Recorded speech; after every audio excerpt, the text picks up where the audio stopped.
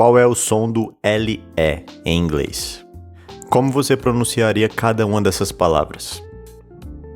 Table, candle, people, apple, bottle, little, purple, jungle, circle, simple.